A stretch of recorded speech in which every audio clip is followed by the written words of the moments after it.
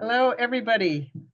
CEA, Climate Education and Advocacy, once again hits the EESN number of participants. We've got half the people who registered. That's way better than most kinds of most kinds of webinars. Good to see you guys.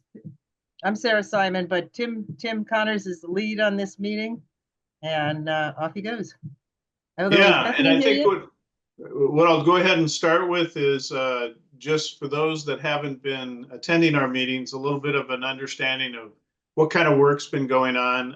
And then fairly soon, I think we'll be joined by Bethany, and she can get off the ground with her presentation. But to start with, this group here has been a part of the EESN network, focused on climate education and advocacy. A lot of our education has been through the tools at Climate Interactive, both the En-ROADS tools and C-ROADS workshops. I'm sorry, En-ROADS and C-ROADS workshops. In addition to that, at least one of the people here today, and I can't see everybody, is helping out with the MIT campus decarb team.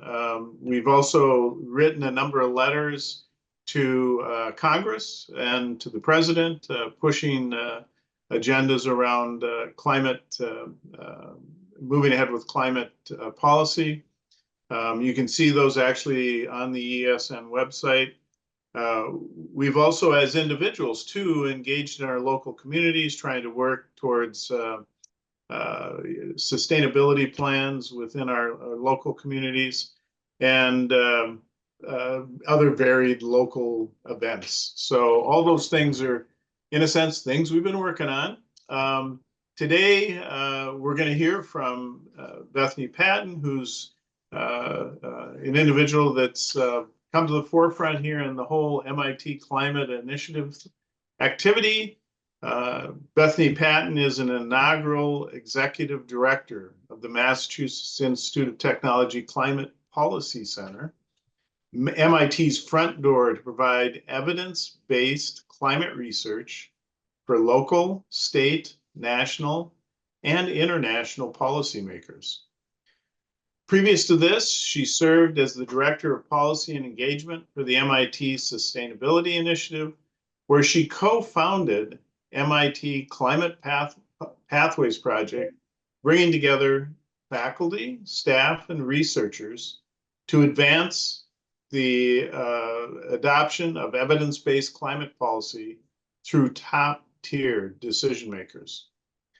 As an MIT Sloan faculty member, Patten teaches Sustainable Business Lab and Executive Education courses, and is a member of the MIT Climate Policy Working Group. Beyond MIT, she serves as a board member and treasurer for the Environmental League of Massachusetts and a board member of the Climate Beacon Project. With over a decade in business and financial operations in book publishing, Patten holds an MBA from MIT Sloan, an MPA from Harvard's Kennedy School of Government, and a BA from Boston College. And with all that introduction, I'm hopeful that she may have joined us, although we may be waiting just a little bit longer to hear from Bethany. Tim, I think she popped in the other, I think she's went into the old link. I don't think she saw that update, so I just sent it to her now. Oh, wonderful. Thanks for the help, Crystal. Yep.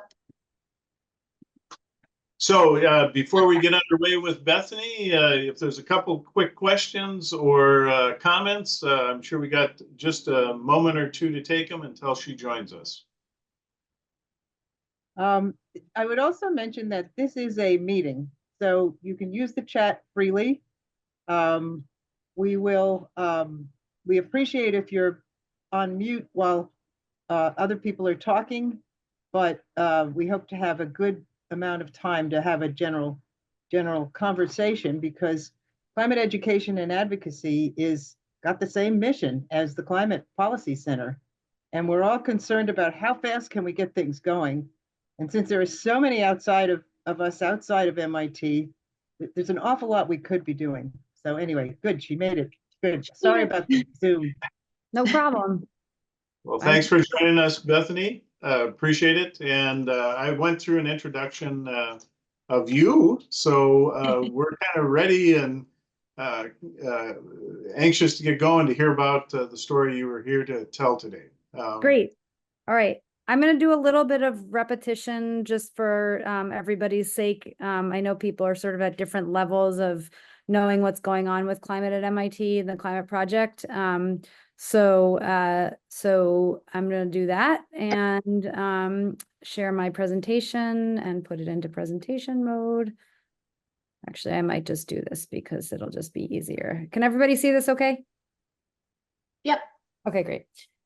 Okay, so as you probably know, the faculty director for MIT's new Climate Policy Center is Chris Knittel. He's an energy economist at MIT Sloan. He's also affiliated with the Center for Energy and Environmental Policy Research, also known as CEPR, and has been doing climate policy work for probably the majority of his career. In terms of just history of climate action at MIT, this is, it's not like when we launched the climate project, it was the first time MIT ever thought about climate. Reports and recommendations have been dating back to at least since 2007. And of course, the work has been before that. But really, in earnest, the idea of what should we do and how should we organize ourselves was unveiled when the new climate action plan was announced in 2021. And that was the Fast Forward Climate Action Plan. And the goal of that was to do two things. One was to go as far as we can with the tools we have now, and also invest in and invent the future. And of course, continue along the same path on educating and empowering the next generation of leaders. And so with that, that was the first time there was a formal structure that was introduced to think about how to organize around climate, whether like to actually form an organizing body that could make decisions and to put forward recommendations. So the organization around that was that there was a climate steering committee, which was at the faculty and administrative leaders level, the dean's level. There was a nucleus, which was made up of about 7 or 8 faculty members. And then there were 3 working groups, one on climate education, one on climate policy, and one on the campus carbon footprint. The one that I was most affiliated with was climate policy, because within the Fast Forward Climate Action Plan, the climate policy working group was charged with 2 main things. One was think about how MIT can do a better job of informing the work of governments. And the second was to explore interest in a climate policy center. So we spent about 6 or 8 months kind of thinking about that. And at the same time, we're lucky that when Sally had her inauguration and her inaugural address, she said, we have to make this bold, tenacious response to climate change. It's the biggest scientific and societal challenge. And so the nucleus and the working groups were emboldened by Sally's sort of declaration that this was something she absolutely wanted to focus on. And shortly after that, she announced her $50 million.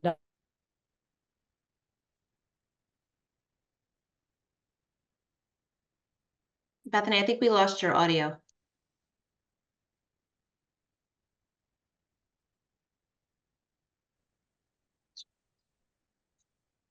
You hear me now? Yep, there we go. Okay, great. Sorry, I must have hit something to mute myself for a second. She announced this $50 million investment for MIT to be one of the most prolific collaborative sources of technological, behavioral, and policy solutions for the global climate challenge. She talked about a whole of MIT approach. So this is not a school, it's not a building, it's not an institute, but it's marshaling all the resources that we have to develop, deliver, and scale up climate solutions as quickly as possible. And she really is talking about in the next decade, MIT has changed global climate outcomes for the better. At the same time, Chris, David Goldston and the Washington office and myself were putting together this plan for the Climate Policy Center. And really, we'd been thinking about it for longer than this, but we had the opportunity to really put forward a plan that we presented. And then with that plan and emboldened by the policy working group, we were given a $25 million endowment to launch a new climate policy center. So that was in March of this year. And a lot of that was through the support of the Dean of Sloan at the time, Dave Schmittlein, who has been an incredible advocate for this work and for the vision and for Chris's leadership. And in fact, in addition to naming him as the faculty director, he also named him the Associate Dean for Climate and Sustainability at Sloan, which puts him in a unique position to be in the dean's office advocating for climate and sustainability issues at Sloan. And so that's sort of, that's organizational, how it all works. That's where Chris sits. But the question is, what is a climate policy center trying to solve? And, at MIT, there's a million centers. So how is this center different? Are we overlapping with other efforts? And so the problem we're really trying to solve is that we understand that there's climate policy relevant research all over MIT. These are just some of the centers and initiatives that have some kind of climate policy focus to them. The ones that we obviously work with most closely are CEPR, Energy Initiative, the Sloan Sustainability Initiative, the Climate Pathways Project, but there are a whole bunch of others. And the attitude has really been let 1,000 flowers bloom, let each of them kind of do their own thing and make their connections if they need to with policymakers and publish and promote and take meetings as they want to. But the thing is that, while we've been doing this, the actual number of people who are aware of our work is like this. There really are very few. And so the gap and the problem we're trying to solve is being able to take all this really great work and connect it to a climate policy ecosystem, which looks just for renewable energy a little bit like this. And any of you who have done any kind of advocacy on the federal level know that if you have something that you want to be talking about, you don't just talk to a member of the House or somebody on a House committee. You don't just talk to one of the departments. You don't just talk to an interest area, but you have to talk to all of them. And so one of the main products or services we're going to be providing is a deep understanding of what this policy ecosystem looks like and relationships with all of those folks, so that when there is a piece of climate policy research that is introduced, we can find quickly the people that need to know about it and set up briefings and conversations. And we'll start with the areas where we have the most expertise: transmission, building energy efficiency, and a bunch of others. But that's sort of, we'll start with where we know we can actually make a difference. So the other thing that we'd like to talk about is, why did this come about in the first place? So in addition to the fact that the letting the 1,000 flowers bloom wasn't really working, the other thing was that a typical life cycle of academic work is really one where papers are published, maybe an op-ed is written in the hope that it's read by a policymaker or a staff or somebody that's relevant. But the fact is that it isn't. And then all of the good work just stops and nothing gets done with it. And so Chris Knittel was noticing this over and over again. And he said, well, if this is happening with me, it's probably happening with a lot of other faculty members. So good ideas weren't reaching their intended audience.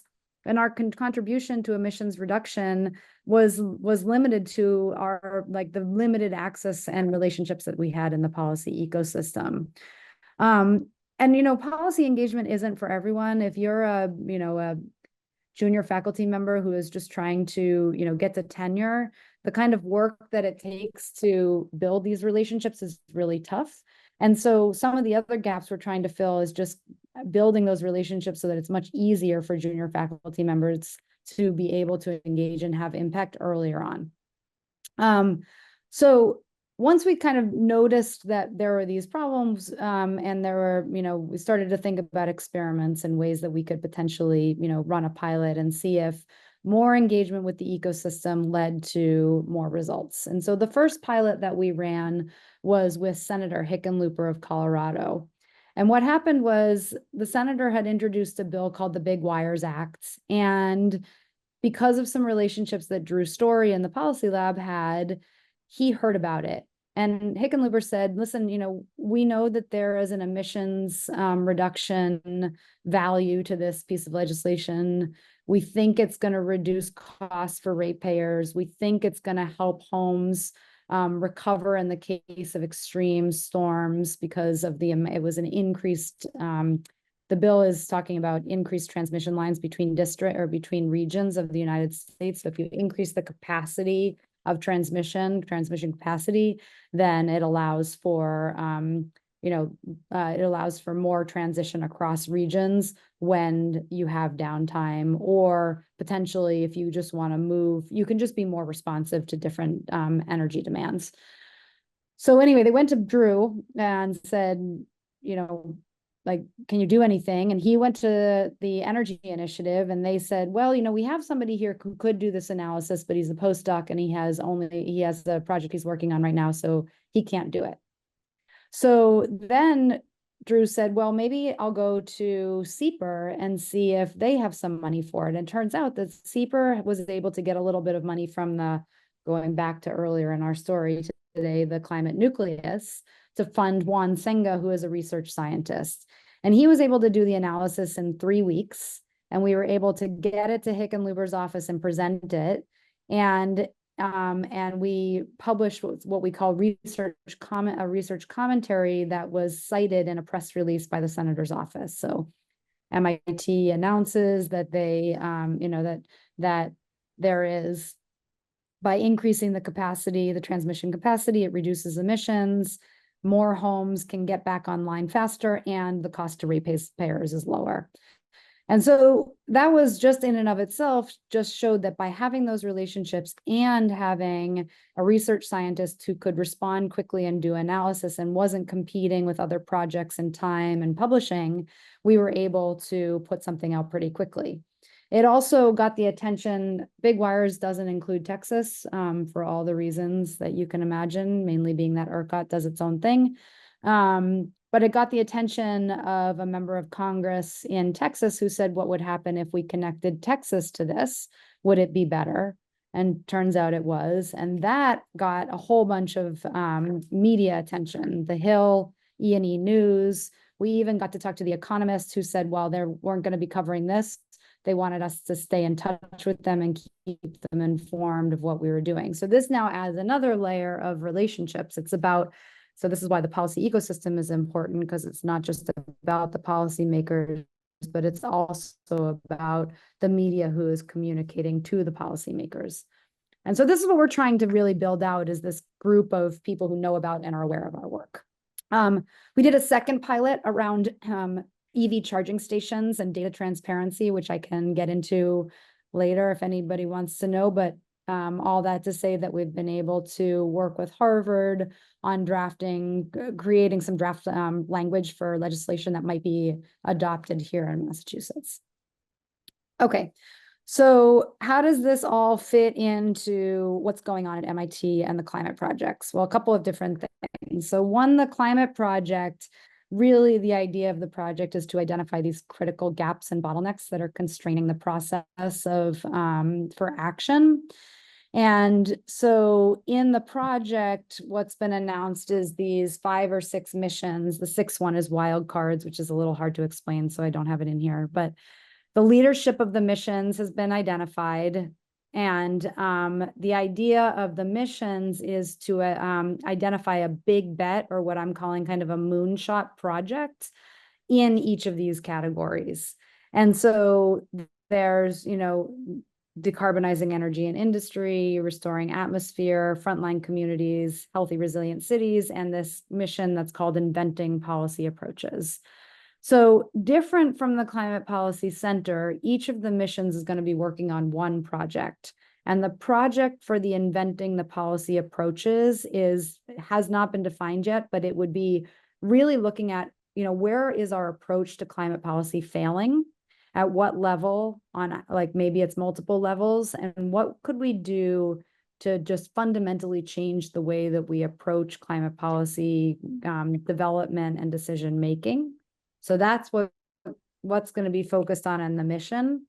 The Climate Policy Center will be identifying where there's a policy component to each of these missions, as well as policy components, climate policy components to all the other research that's happening on campus. So we're not just serving the missions, we're serving all climate policy relevant research at MIT.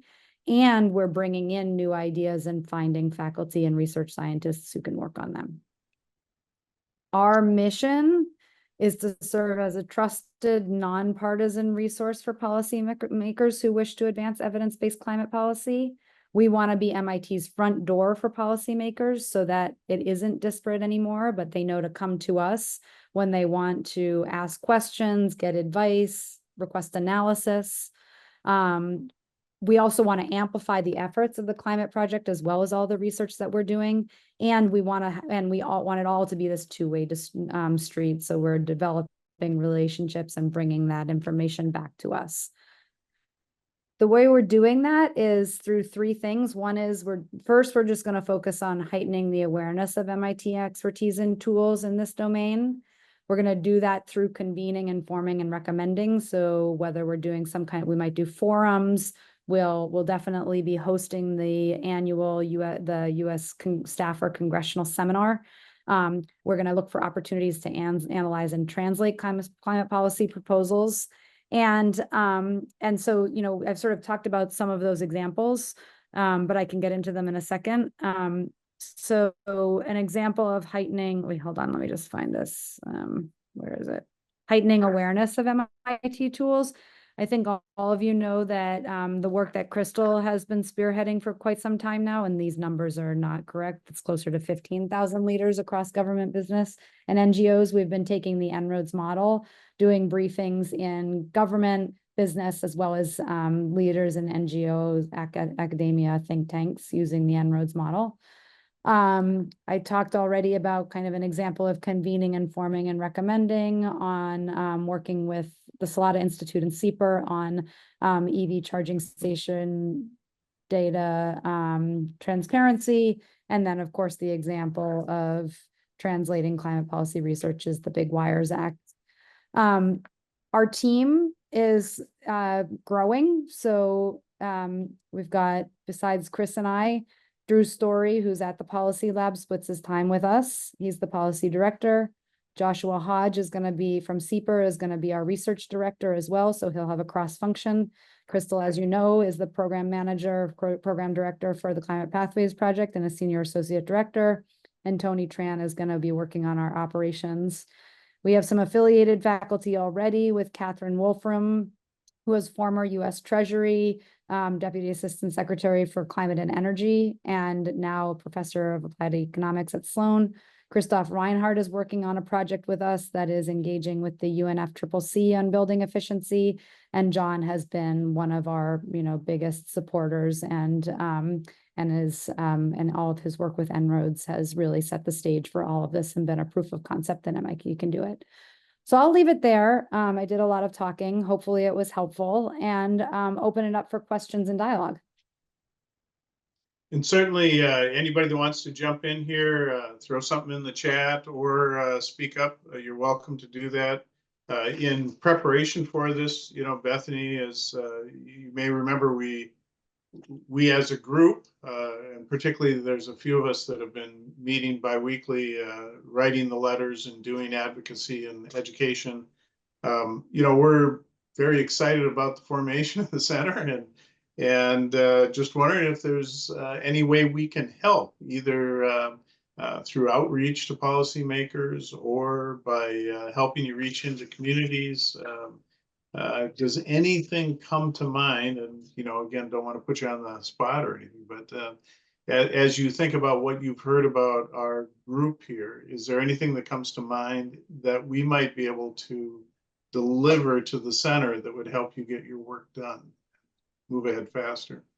Yeah, I mean, the couple areas where, so the areas where we're focusing on right now are transmission and electrification.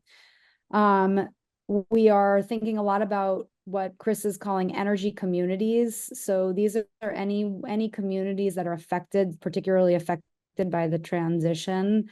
And this could it be anywhere from jobs to electricity prices or energy prices that change and shift as a result of climate change. So we're going to be releasing some research next week on what has happened now that we're seeing more heat in the center part of the country, and what does energy insecurity look like for people who aren't getting benefits like LIHEAP, because those have traditionally gone to colder states. So we're sort of just amplifying that as something. So those two, as well as we're thinking a lot about just, Catherine Wolfram thinks about carbon border adjustment mechanisms and carbon pricing. So those are kind of our main topics right now. I'm sure I'm missing some, but I would say that to the extent that you know what we're thinking about, if your ear on the ground is saying, this group is really interested in this research and you should connect to them, or they might be interested in it, or there's a member of Congress who I've been talking to who I think might want to know what you're up to, either specifically or more generally, those kinds of introductions are critical. We're on a kind of soft launch right now on making sure as many people as possible know what we're up to. So we'll have conversations with anyone that we think are going to or really move the needle. I'll stress that we are really trying to be nonpartisan. So while we'll talk to anyone, we're not trying to, inform. If we're going to inform one campaign, we have to inform another campaign. And groups that typically tend to have like very partisan politics, we just want to be careful of those for a bunch of different reasons. One is that we want to be trusted, but the other is that we just have to be super careful that we're not lobbying, because we can't lobby. Yeah, and going down that path of staying nonpartisan and connecting that to the carbon border adjustments and carbon pricing, an obvious kind of linkage is with CCL, which I know you guys are aware of, but a number of us are members of CCL. Yeah. I don't know if that can be leveraged in some fashion. Certainly, anybody that's gone through En-ROADS probably gets the point where they say, boy, I better join CCL if I'm going to take the truth that exists in En-ROADS and put it into action. As we promote that more within our group, I guess that's certainly a place where there might be some opportunities. Anxious to hear from some of the other members here that or just heard what you said, Bethany. Is there anybody else that wants to jump in? There are a few questions in the chat that maybe she can, if you could read them, or I can read them out to you. Yeah, I will just say that in addition, maybe you could take a look at them while I'm just chatting about a couple of different groups that we're particularly interested in. So Union of Concerned Scientists is one that we would really love to brief and just let them know what we're doing. We also are interested in League of Conservation Voters. And I've never had a conversation with the leadership at CCL. So talking to the leadership, I mean, maybe I have, but it was brief. Actually, Crystal, I have, right? I did meet them once, the CCL people, yeah. But not in the context of this. So I think we'd love to just to have some conversations with each of those groups. We're already working with Resources for the Future and Rhodium Group. So those are groups that, or RMI is another one we'd like to get more engaged with. So to the extent that you all may have any connections into any of those and could help us set up a meeting where I do exactly what I just did and bring Chris in too, we could just start to spread the word about the work we're doing. And that we might also start to hear from those groups about, what they're thinking about in terms of what kind of policies they're expecting to be top of mind as we go into the next Congress. So Bethany, CCL, I think is going to be, go ahead. Can I break on here? So the Climate Action Campaign is where the big greens to get together, NRDC, Environmental Defense Fund, et cetera, and they talk strategy, and they have huge influence on the policymakers in Congress. So I can introduce you to the director. She's my old boss if you want, but that would be a way to get to a bunch of them at once. And it's where they all the CEOs convene and decide strategy together. Great. Different Okay. from Business Roundtable. Completely different. This is the big greens. So it's, Okay. you know, the top leaders. It's about 14 million members. Mhm. And, you know, people like Nancy Pelosi meet with them regularly. Yeah. So, Yeah, that's so in ideal. CCL, I think there's enough of us here that have connections. We can set something up for you there. Does anybody have linkages with the Union of, let's see, what did you say? Union of Concerned Scientists? scientists.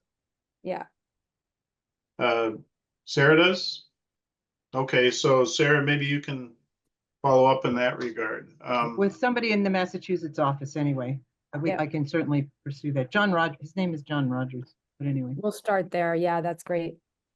Okay, and then starting to look at the questions. Andrea, you talked about the big greens. Well, let's see. You're talking, why don't you go ahead? By the way, I'm just going to mention my sister who lives in North Carolina, very close to Asheville, is now finding her way out after the roads opened up a little bit so she can go find water and electricity. Andrea, do you want to serve up your question? Yeah, I was just wondering if you're going to be working on resilience as well as mitigation. Yeah, we don't have, like I said, we'll really be working on where we have expertise and where there's a need. So if there's, I think the resilient, healthy and resilient cities mission will probably feed a lot of information around resiliency going forward. I don't have anything specific right now to offer, but if there's a policymaker who needs something, I would certainly have the conversation to see where we could go. Yeah, I just think just because now we're starting to see more and more frequent disasters, it's a way to get through to X number that maybe wouldn't talk to you otherwise. But their counties are under, or their districts are underwater right now. And that actually gets to my other thing. This is I've been working on climate issues for a few decades now. And the cities are always the focus and the counties get left behind. And depending on the state, like where I live in Virginia, the counties are much more powerful and much more significant than the cities. So that's a constant frustration to me.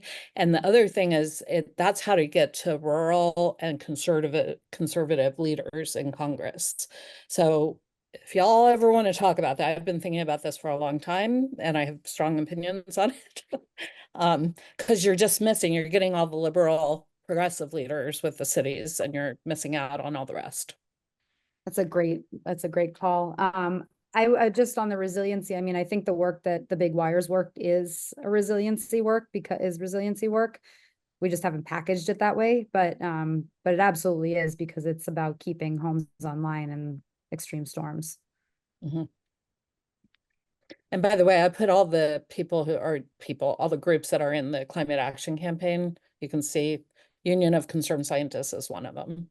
Yeah. But that would be the fastest way to get to the CEOs. I just wanted to chime in. So I'm sitting on the CEA, the Solar Energy Industries Association Communications Committee. So if it's helpful at all for me to make an introduction to the director or CEO of that organization, happy to do so. I also have some connections to ACP. If that's helpful, but the interconnection issue is huge right now in solar and wind. We really need all the help we can get to resolve the queues and you know that's the biggest issue I think in the renewable space right now. So glad to hear you're working on it and let me know if I can put you in touch with anyone. Yeah, can you say the names of those organizations again? Sorry. CEA, the Solar Energy Industry Association, is the one I'm closest to. I'm on some of their committees. And then the ACP, American Clean Power Association. Oh, great. I also have contacts at RMI if you need that. Great, that would be great. Let's see.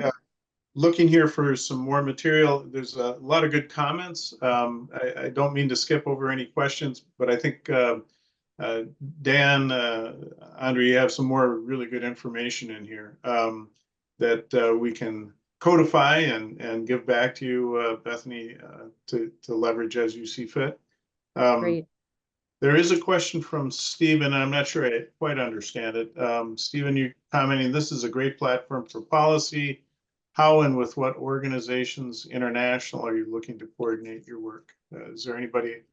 I guess we've been talking a lot of U.S. organizations. Is that the spirit of the question, Stephen? Yes, I mean, climate change. I mean, a lot of what I've heard so far is around mitigation. It sounds like, and obviously, if the U.S. got its emissions down to zero, it wouldn't make, change, and it might help, but it's not going to move the needle. This is got to be a global effort. So what is that perspective like with respect to the enormous work you're taking on? Yeah, the international strategy is it could go in so many different directions. It could be about, regions of the world most affected or the biggest polluters. It could also be just about international policy messaging. So I think the work that Catherine Wolfram's doing around carbon border adjustment mechanisms and kind of analysis of whether or not those are going to be cost effective would be an example of global climate policy that that's not region specific. Area like policy that's international policy that's more region specific might be, we have a colleague who does a lot of work in ESG measurement and reporting and has a lot to say about how to structure different kinds of regulations in European policy. So where they're just a little bit more sort of amenable to those kinds of conversations. So that would be an example of a researcher who has region specific policy recommendations. I think, to the extent that we could have any influence on the conversations that happen at like the COP or any of those, it's pretty limited. But we try to be as helpful as we can in those conversations. So there's like a lot of different, you could be very specific in forming the work of, and we have some colleagues who are doing work specifically in Australia right now on a very specific industry. So I think the global strategy is just, I think it's more opportunistic than it is strategic right now. I don't actually know how to be strategic in that, if anybody has ideas. Well, I mean, Europe is the lead in all respects around policy, implementing policies around decarbonization. They're the one that came up with the cross-border adjustment mechanism and pushing it now. And technology-wise, China is ahead of in many respects, even though there's continued to pollute. There is huge opportunity for tackling this problem if we coordinate and learn from our peers globally. Having worked overseas most of my career, I'm very eager to support MIT in that direction. But I'm like you, I don't quite know where to begin. So, but I'm ready to work it with you and your team. Great. Yeah, I'll make a comment, just that I'm a part of 3 different international organizations, if we view ourselves as international. And I'm always kind of amazed at how far ahead a lot of other countries are. And, back to your point, Stephen, China's leading technically. India's electrifying faster than we are, and they're ahead of us. All of Europe is. And so to some extent, I think, not to take any focus away internationally, but if we get our country moving ahead a little quicker, I think we'll be surprised at how dramatic of an impact that will have internationally. Yeah. So kind of a pitch. Let's get policy squared away in the US. Yeah. So, all right, I see more information here. The one question I see is clarify the linkage between your office, Bethany, and Climate Interactive. Yes. So Climate Interactive is not an MIT organization. Climate Interactive is a nonprofit think tank that has developed a tool called En-ROADS, which was originally a long time ago developed at MIT. So John Sturman, it was his PhD part of his PhD dissertation. He was using it to teach system dynamics at the Sloan School for decades. A student at the technology policy program, Drew Jones, got a hold of it and said, you know, this is collecting dust, but it could be so useful. When he graduated, he started Climate Interactive, which uses the underlying system dynamics model, but they have developed it far beyond whatever John had started and maintained the user interface, updated with the latest available science, maintained the ambassador network, do kind of specialty maps, and are thinking about and designing all the educational program around it. The Climate Pathways Project, which Crystal directs, is an effort that is between MIT and Climate Interactive, which is specifically targeting leaders in business, civil society, and policy using En-ROADS to engage them. And it's really, you know, John continues to be scientific advisor for Climate Interactive, and you know, often when you're scheduling a meeting with a member of Congress, it really helps to have a senior faculty member from MIT headlining that. But the real workhorse behind all of it is the group at Climate Interactive. Very good. I am looking through all the great information that was put in the chat. As best I know, it's all to help Bethany as she tries to do outreach. Is there any questions I've missed that need to be brought up here? Well, Tim, I'm just going to lift up that I think the alumni are such a resource for you. Like, I was invited to the White House. There were only about 80 of us for the very first summit on environmental justice. I don't think there were any other MIT people there.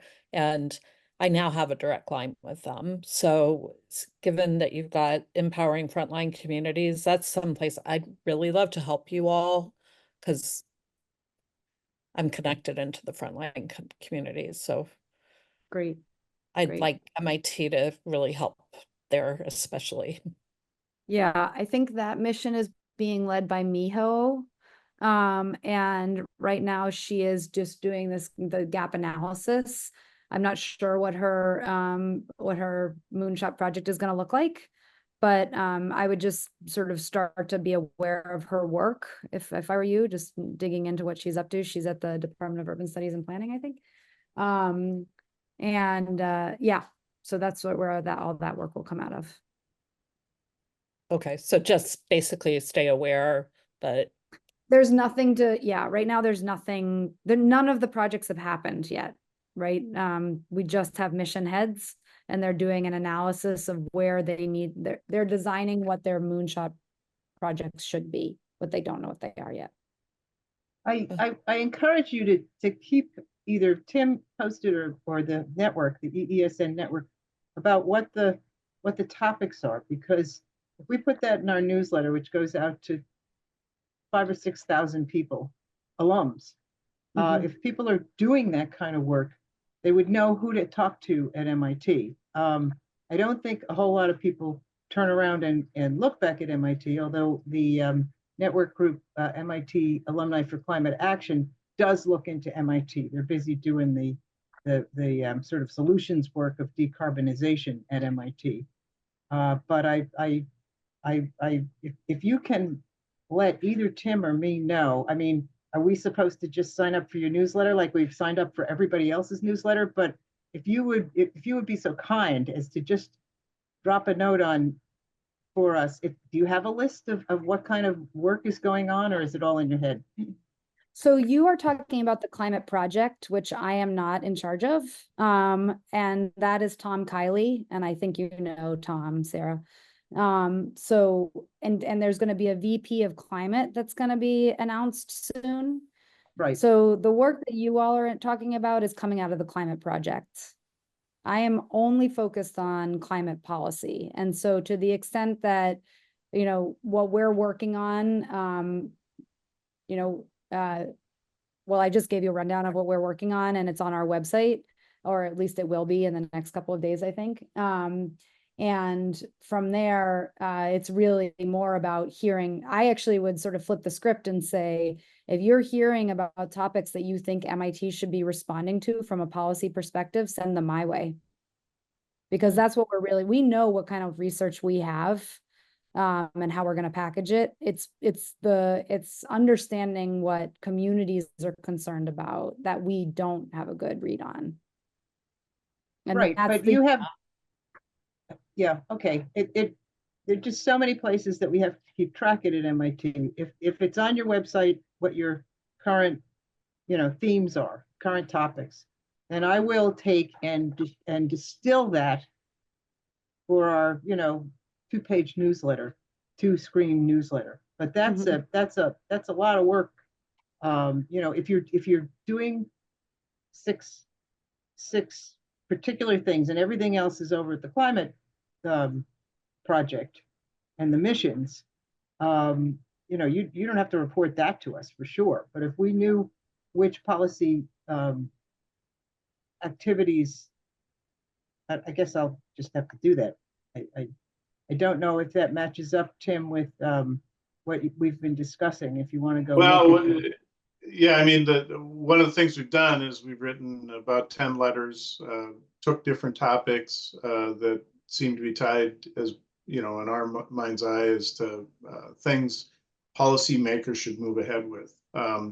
When we did those letters, we got a bunch of alums to sign them, and so we were able to cover a lot of Congress people with those letters and a signature from somebody, one of their constituency.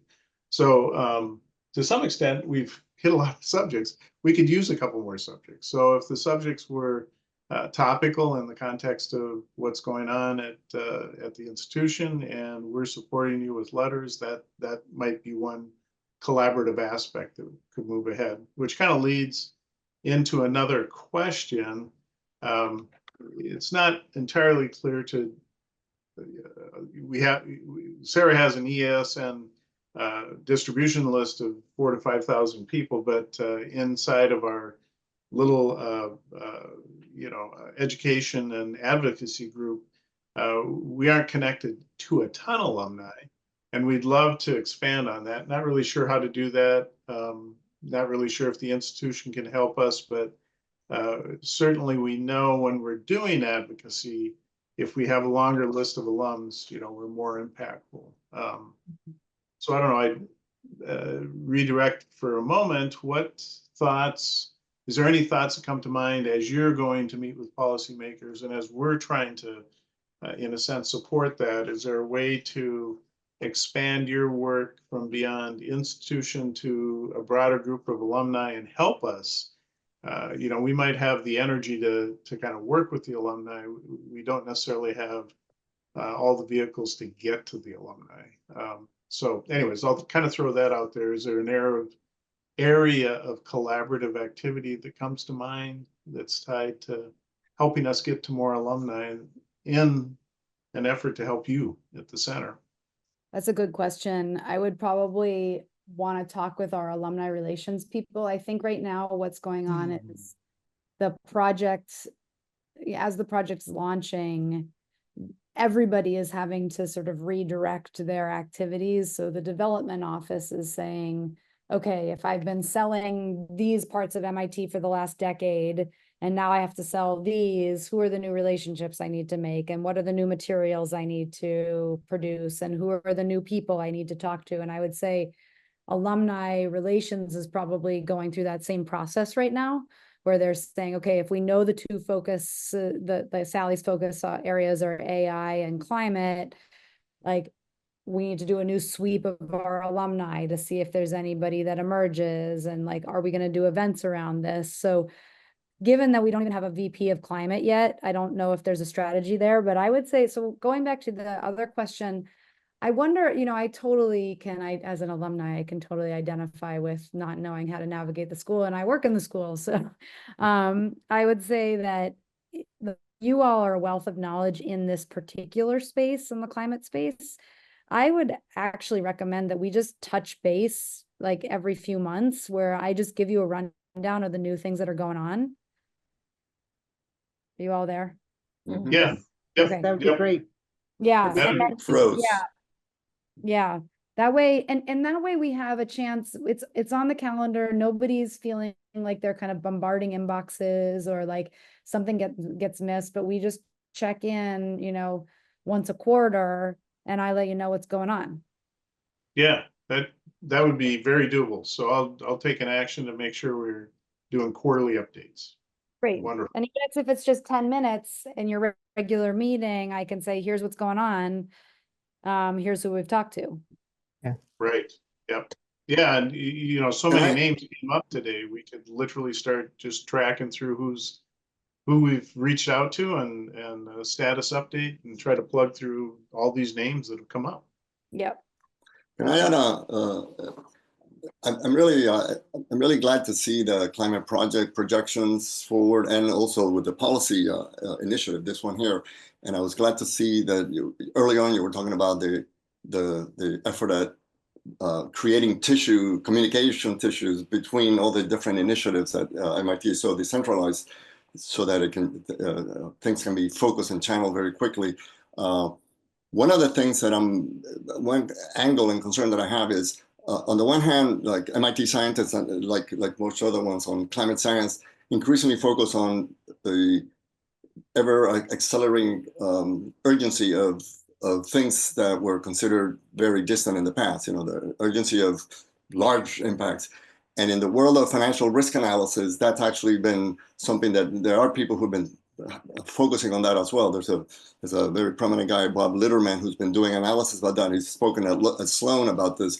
And one of the things that they all emphasize is the importance of not only carbon pricing, but as opposed to start small and grow gradually, the opposite when you consider worst case scenarios that are actually not discardable.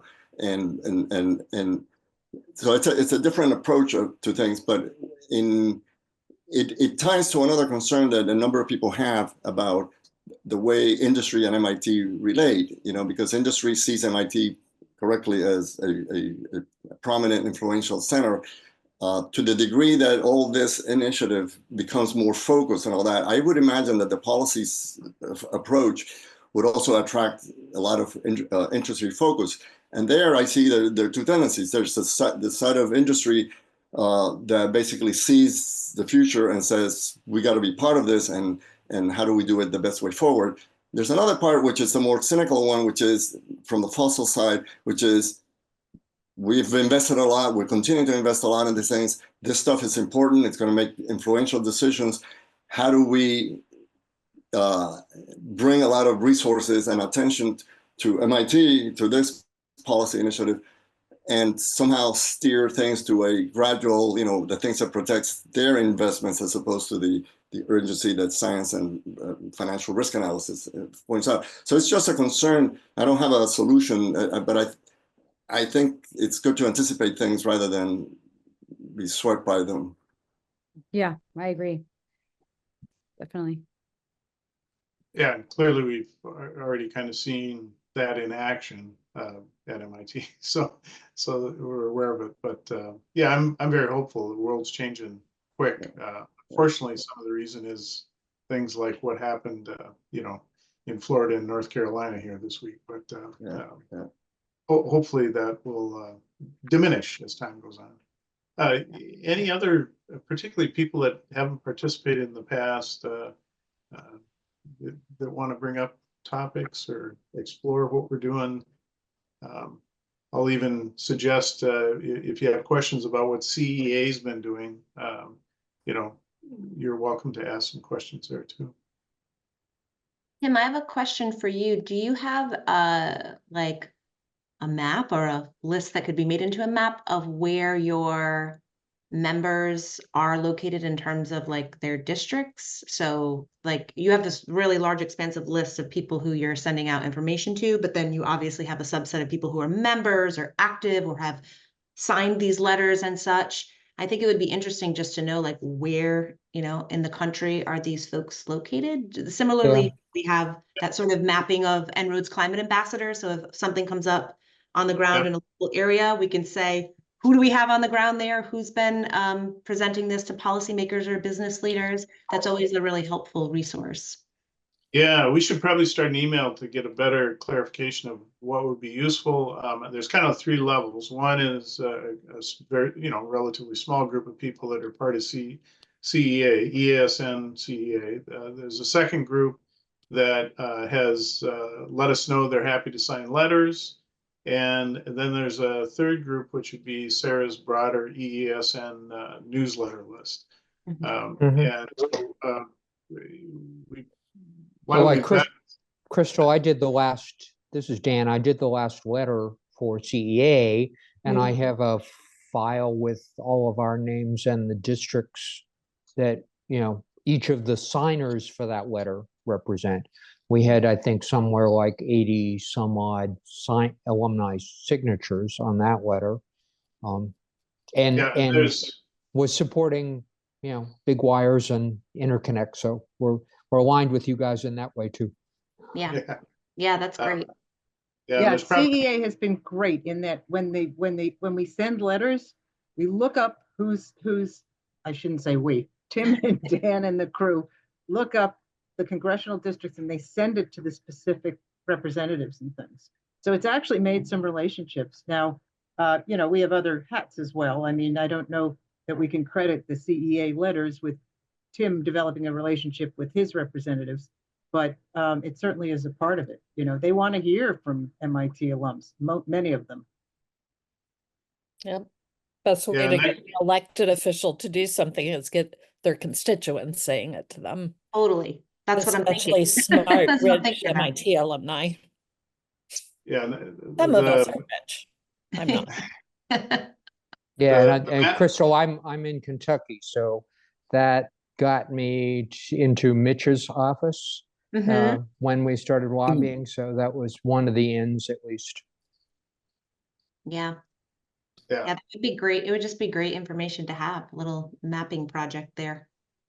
Yeah, and that master list of letter signers, some people sign one letter and not another letter or whatever, just kind of based on timing. I think at the level of here's a map of MIT alums who are interested and active in the climate space. And so if something comes up that is regionally specific or important, just knowing who are the alums on the ground there could be really valuable.